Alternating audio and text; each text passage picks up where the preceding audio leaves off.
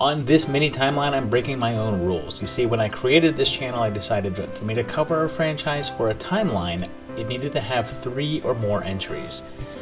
If it only had 2 entries, it would be considered a mini timeline, but they would have to be within the same continuity. But today I'm actually going to be doing a mini timeline on 2 movies that are actually not in continuity with each other. It's actually a movie and then a remake, so it is 2 entries of the same film, but they're not really in a series. But I made the rules, and if I want to break them, I'll break them, because we're talking about Black Christmas.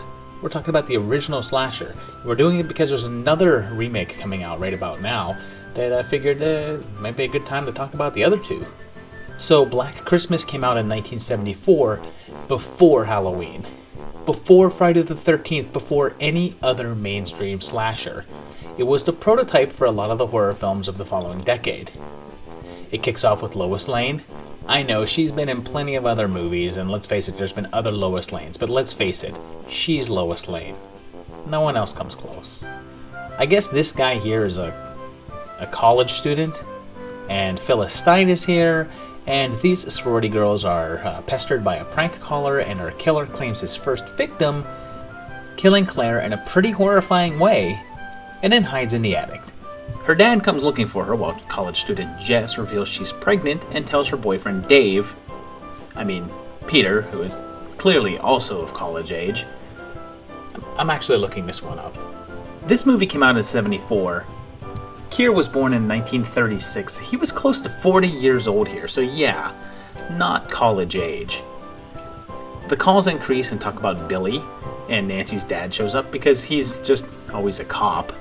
And then the house mother gets hooked.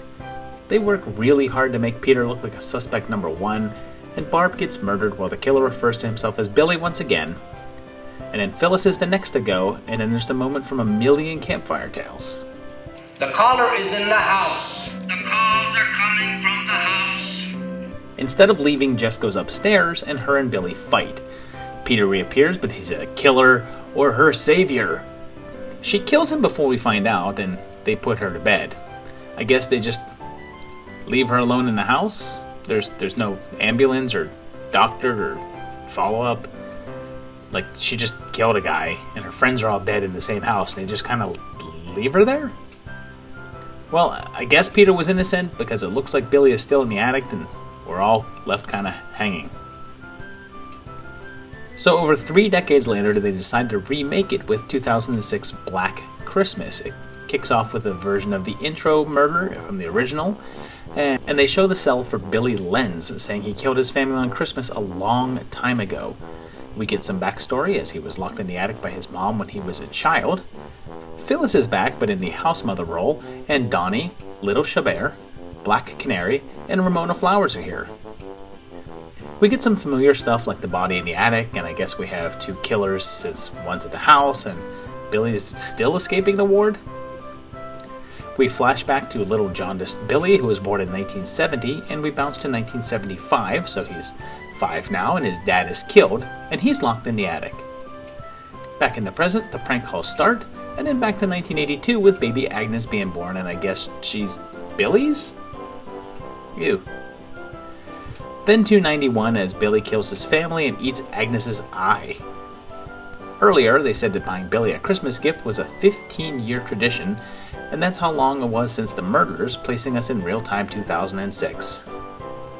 Pretty soon, the killing starts, and Ms. Mack is killed by an icicle.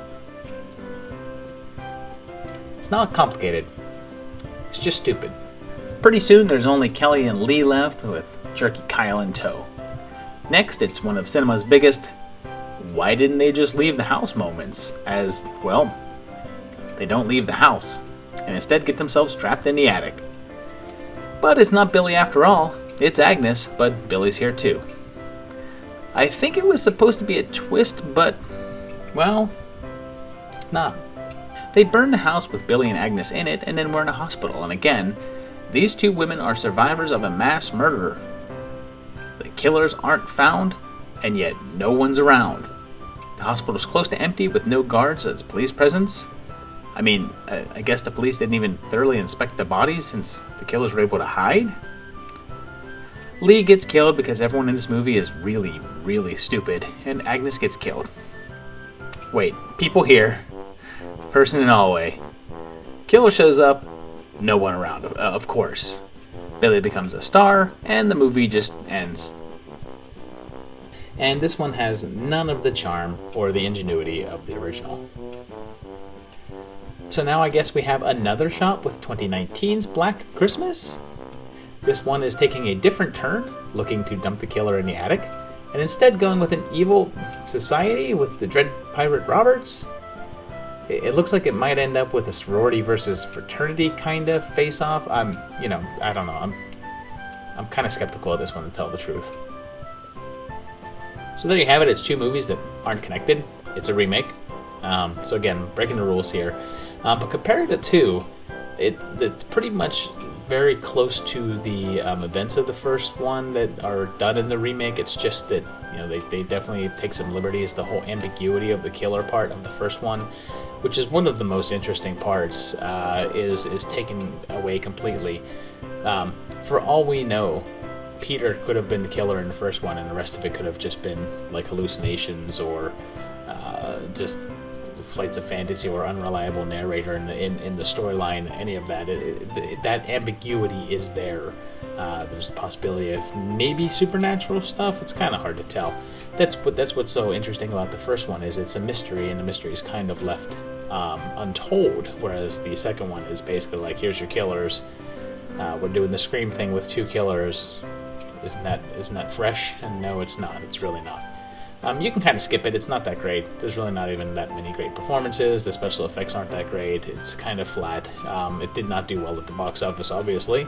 It didn't leave an impact on people, which is why I'm going to guess that the new remake, the one that's coming out, looks to have nothing to do with it at all. I'm not entirely sure why they're calling it Black Christmas. I guess if I see it, I'm sure it might be obvious. Maybe they're going to have some threads from the original in there in order to justify the title and to call it a remake, but for the most part, it looks like a whole new movie. Well, that's about it. We're getting close to the end of the year. We got, I think, another little video or two for you before this year wraps up, just little things. And then we'll start off the new year with a really big, exciting timeline for you. But in the meantime, I want to thank you for watching this entire year. I want to thank you guys for donating to my Patreon. If you have, and if you haven't, you still have a chance to do so. And I want to thank you just for watching the videos. That means a lot to me as well, too. And I hope you and your family and friends and everybody like that have a fantastic holiday and enjoy this season. And I'll see you in a little while for another great video. Thanks, guys.